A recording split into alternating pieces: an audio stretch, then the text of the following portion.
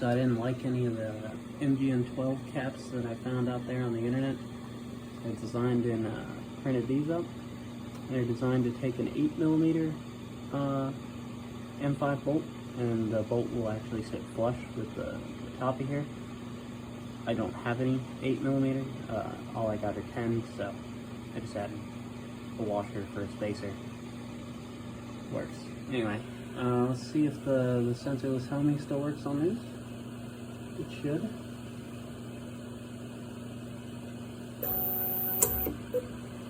Works fine.